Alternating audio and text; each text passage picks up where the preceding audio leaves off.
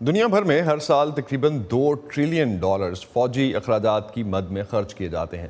یہ اس رقم سے 80 گنا زیادہ ہے جس کی ضرورت انسانی ہمدردی کے منصوبوں کو چلانے کے لیے اس وقت ہے۔ جنوبی ایشیا ایک ایسا خطہ ہے جہاں پاک بھارت کشیدگی کے باعث جوہری اور روایتی دونوں ہی طرح کے ہتھیاروں کی دوڑ تیزی سے جاری ہے۔ تخفیف اسلحہ کو امن اور سلامتی کے لیے ہماری مشترکہ کوششوں کا مرکز ہونا چاہیے، یہ کہنا ہے اقوام متحدہ کے سیکرٹری جنرل اینٹونیو گوٹریس کا۔ اکتوبر کا آخری ہفتہ 1978 سے تخفیف اسلحہ کے ہفتے کے طور پر منایا جاتا ہے۔ اس کا مقصد امن قائم کرنے کے لیے ہتھیاروں کی دوڑ، بالخصوص جوہری ہتھیاروں کی تیاری اور ذخیروں کو کم کرنا ہے۔ اقوام متحدہ کے مطابق دنیا بھر میں اس وقت 15,000 جوہری ہتھیار موجود ہیں، جن میں کئی سو ہتھیار صرف چند منٹ کے نوٹس پر فائر کیے جا سکتے ہیں۔ NPT یعنی جوہری ہتھیاروں کے پھیلاؤ کو روکنے کے معاہدے کے ذریعے دنیا میں پچھلے 50 سالوں کے دوران نیوکلیئر ہتھیاروں میں کمی کی گئی ہے، مگر دنیا میں اس وقت جنگیں، لڑائیاں اور تنازعات روایتی ہتھیاروں کے ذریعے لڑی جا رہی ہیں۔ تو کیا تخفیف اسلحہ صرف ایک خواب یا محض برائے گفتگو ہے، یا یہ ایک حقیقی ہدف ہے، اور بڑی طاقتوں کا اس میں کیا کردار ہے؟ اس بارے میں ہم بات کریں گے کچھ ہی دیر میں سیکیورٹی امور کے ماہر کامران بخاری سے۔ پہلے دیکھتے ہیں کہ کون سے ملک سب سے زیادہ اسلحہ فروخت کرتے ہیں اور ان کے اسلحے کے سب سے بڑے خریدار کون ہیں۔ دفاعی امور کے ایک تحقیقی ادارے stock home international peace research institute یا سپری کے مطابق سال 2020 میں دنیا بھر میں سب سے زیادہ ہتھیار امریکہ نے فروخت کیے۔ اس کا سب سے بڑا خریدار سعودی عرب ہے، جو کہ یمن کے حوثیوں کے ساتھ 7 سال سے جنگ میں ہے۔ روس دنیا بھر میں اسلحہ بیچنے والا دوسرا بڑا ملک ہے۔ اس کا ایک حصہ اور اسلحے کی عالمی تجارت میں امریکہ سے اس کا حصہ تقریباً آدھا ہے۔ اس کا سب سے بڑا اور دیرینہ خریدار بھارت ہے اور دوسرا چین۔ ان دونوں ملکوں کے آپس میں سرحدی تنازعات کئی دہائیوں سے جاری ہیں، جن میں گزشتہ 2 سالوں میں شدت بھی آئی ہے۔ روس کے علاوہ بھارت فرانسیسی اسلحے کا بھی سب سے بڑا خریدار ہے۔ 36 رافیل جنگی طیارے جن کا آرڈر اس سال پورا ہو رہا ہے، انڈیا نے فرانس سے ہی خریدے۔ چین خود دنیا میں سب سے زیادہ ہتھیار فروخت کرنے والا 5واں بڑا ملک ہے۔ چین سے سب سے زیادہ ہتھیار پاکستان خریدتا ہے، جسے اپنے مشرقی بارڈر کے علاوہ مغربی سرحد پر بھی سیکیورٹی کے مسائل درپیش رہے ہیں۔ پاکستان اور بھارت دونوں کے پاس تقریباً 321 نیوکلیئر ہتھیار ہیں، جو ایک سال پہلے کے مقابلے میں زیادہ ہیں۔ دونوں ہی ملک NPT کے رکن بھی نہیں ہیں۔ روس اور امریکہ ایک معاہدے کے تحت اپنے پرانے جوہری ہتھیاروں میں کمی کرتے رہے ہیں، مگر اس سال ان کے پاس بھی 50 اضافی نیوکلیئر وار ہیڈز ہیں۔ تو تخفیف اسلحہ کس حد تک ممکن ہے، اس بارے میں ہم بات کریں گے کامران بخاری سے۔ سیکیورٹی امور کے ماہر ہیں اور نیو لائنز انسٹیٹیوٹ کے ڈائریکٹر ہیں۔ کامران، اقوام متحدہ کا تخفیف اسلحہ کمیشن کئی دہائیوں سے یہ کام کرنے کی کوشش کر رہا ہے، کس قدر کامیابی ہوئی ہے اسے اب تک اپنے اس کام میں؟ دیکھیں، جہاں تک اسد ایک انٹرنیشنل ریجیم کا تعلق ہے تو وہ تو قائم ہے۔ آپ کے پاس انٹرنیشنل اٹامک انرجی ایجنسی ہے جو کہ جوہری ہتھیاروں کی روک تھام کے لیے کام کرتی ہے، UN کا نیوکلیئر واچ ڈاگ ہے۔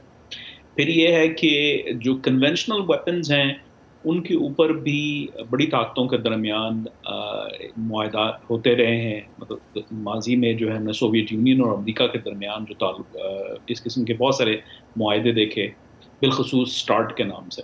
تو اب یہ ہے کہ روس اور امریکہ کے درمیان جو ہے، ایک تو یہ ہے کہ وہ اس لیول کی کشیدگی نہیں ہے، لیکن اب بھی جو ہے کوشش رہتی ہے کہ کسی طریقے سے یہ جو اسلحے کی جو دوڑ ہے اس کی تیزی میں جو ہے وہ کچھ کمی واقع ہو۔ لیکن مسئلہ یہ ہے کہ الٹیمیٹلی یہ جو ممالک اس بات چیت میں گفت و شنید میں حصہ لیتے ہیں، یہ ان کی حد تک محدود ہوتی ہے۔ کوئی ملک دوسرے کسی ملک کے اوپر اس قسم کی کوئی وہ قدغن نہیں لگا سکتا انلیس کہ کوئی انٹرنیشنل لیول پہ سینکشن ہو جائیں، جیسے کہ ایران کے اوپر سینکشن جوہری ہتھیاروں کی جو وہ اپنا کاوشیں کر رہا ہے اس سلسلے میں۔ تو ایک طرف کامران ہم دیکھتے ہیں، جس طرح آپ نے بھی کہا کہ دونوں ملک اگر انٹرنیشنل لیول پہ راضی ہوتے ہیں، آپس میں کوئی بات کر سکتے ہیں، تو شاید وہ ایک چیز بن سکتی ہے۔ تو ایک طرف تو جتنی بڑی عالمی طاقتیں ہیں اسلحے کی سب سے بڑی ایکسپورٹرز ہیں، اور دوسری طرف امن کی بات بھی وہی کر رہی ہیں، تو کیا یہ اپنے کاروباری مفادات پر زیادہ آنے دیں گی؟ دیکھیں، ظاہر ہے کاروباری مفادات بھی ہوتے ہیں، یہ تو مطلب قدرتی عمل ہے۔ کاروباری مفادات بھی ہیں، اور پھر یہ ہے کہ نیشنل سیکیورٹی کے مفادات بھی ہیں، اور پھر یہ ہے کہ ساتھ ہی ساتھ دنیا کے اندر بالکل ہی کوئی ایک طوفان بدتمیزی نہ برپا ہو جائے، یہ بھی ایک نیشنل سیکورٹی انٹرسٹ ہے ہر ملک کا. تو میں سمجھتا ہوں کہ یہ شیڈز آف گرے ہے، یہ نہ ادھر ہے نہ ادھر ہے، اور میں اس کو جو ہوں وہ اپنا کانٹرڈکٹری بھی نہیں سمجھتا. میں سمجھتا ہوں کہ یہ کنفلکٹنگ اپنا انٹرسٹ ہیں، اور ظاہر ہے شارٹ ٹرم انٹرسٹ ہوتے ہیں کہ آپ ہتھیار جو ہے بیچیں یا وہ ہتھیاروں کو ترتیب دیں یا ان کو حاصل کریں، اس پہ R&D کریں، ریسرچ اینڈ ڈیولپمنٹ.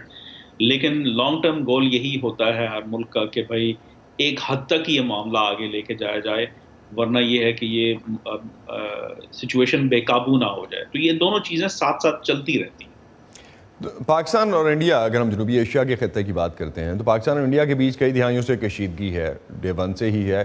دونوں ممالک کے درمیان جنگیں بھی ہو چکی ہیں، جوہری طاقتیں بھی ہیں دونوں. تو کیسے توقع کی جا سکتی ہے کہ یہ دونوں یا تنازعات میں الجھے ہوئے ان جیسے دوسرے ملک اپنے دفاعی اخراجات کو کم کر سکتے ہیں؟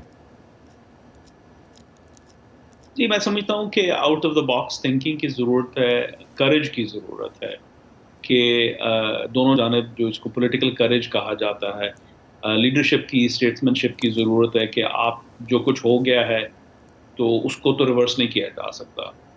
جو بھی حالات کشیدگی رہی ہے، ایک دوسرے کے خلاف جو عمل جو راستے اختیار کیے گئے ہیں، اور اس کے علاوہ جو بات چیت کی گئی ہے، جو بھی کشیدگی ہے وہ تو اپنی جگہ پر ہے. لیکن اسٹیٹسمین شپ اسی چیز کا نام ہے کہ آپ اپنے جو شارٹ ٹرم مفادات ہیں، جو پولیٹیکل مفادات ہیں، ان کو پس پشت رکھتے ہوئے جیو پولیٹیکل خطے کے جو جیو پولیٹیکل مفادات ہیں، جو دونوں ملکوں کی جو عوام جو ہے ان کے جو مفادات ہیں، اگر آپ ان کو آگے لے کے چلیں تو آئی تھنک کہ یہ صرف کوئی الٹروسٹک گول نہیں ہے، it's also good for business. لیکن یہ ہے کہ یہ اس چیز کو عمل میں لانے کے لیے، جیسے میں نے عرض کیا، بہت ہی زیادہ جو ہے وہ مورل کریج کی ضرورت ہے. کامران لاسٹ پہ صرف ایک چیز، اسی پرسپیکٹو سے آپ نے کہا کہ مورل کریج کی ضرورت ہے، پریکٹیکلی کتنا پاسبل ہے؟ ان پرنسپل تو شاید ساری دنیا اگری کرے اس پہ. جی پریکٹیکلی بھی میں سمجھتا ہوں کہ پاسبل ہے. اس کی وجہ یہ ہے کہ آپ کو یہ دیکھنا ہے کہ مائنڈ سیٹ ہے نا. اگر آپ کو یہ دیکھنا ہے کہ وہ بس اگر ہم نے اسلحہ نہ لیا، ایکس ملک نے اسلحہ نہ لیا تو وائی ملک لے لے گا، وائی ملک جو ہے کبھی یہی جو ہے رویہ ہے. لیکن اگر اس کوزیلٹی لوپ سے نکل کے ہٹ کر دیکھا جائے تو میں سمجھتا ہوں کہ بہت سارے مفادات ہیں. اینڈ پہ جو مطلب صرف اسلحہ خریدنا اور دفاع اور سیکیورٹی تو مفاد نہیں ہے نا. مفاد یہ بھی ہے، خوشحالی بھی مفاد ہے، اپنا تجارت مفاد ایک مفاد ہے. تو یہ آپ اس کو کون سی چیز کو پرائیورٹائز کرتے ہیں. ٹھیک ہے، یہ آئی تھنک کہ یہ پاکستان کی جانب سے کچھ بات چیت شروع ہوئی تھی. Army chief general Qamar Javed Bajwa نے جو ہے وہ جو جیو اکنامکس کی اور بیرنگ دا پاسٹ کی جو بات کی تھی مارچ کے میں اسلام آباد سیکورٹی ڈائلاگ میں، تو وہ اس جانب جو ہے ایک قدم تھا. لیکن یہ ہے کہ وہ اس کو میچور ہوتے ہوتے اور اس چیز کو پاکستان کے اندر کنسنسس بنتے بنتے بھی ٹائم لگے گا. پھر اتنی دیر میں بین الاقوامی حالات، خطے کے حالات ایسے ہو جاتے ہیں کہ وہ اس پہ عمل کرنا، اس پہ پیش رفت کرنا جو ہے وہ پولیٹیکلی کاسٹلی ہو جاتا ہے. رائٹ، بہت بہت شکریہ کامران بخاری ہم سے بات کرنے کا. اس حوالے سے ڈیفینیٹلی ایک کافی اہم ایشو ہے جس پہ پوری دنیا شاید اکٹھے مل کے بیٹھے تو اس کا حل نکل سکتا ہے. بہت شکریہ ہم سے بات کرنے کا.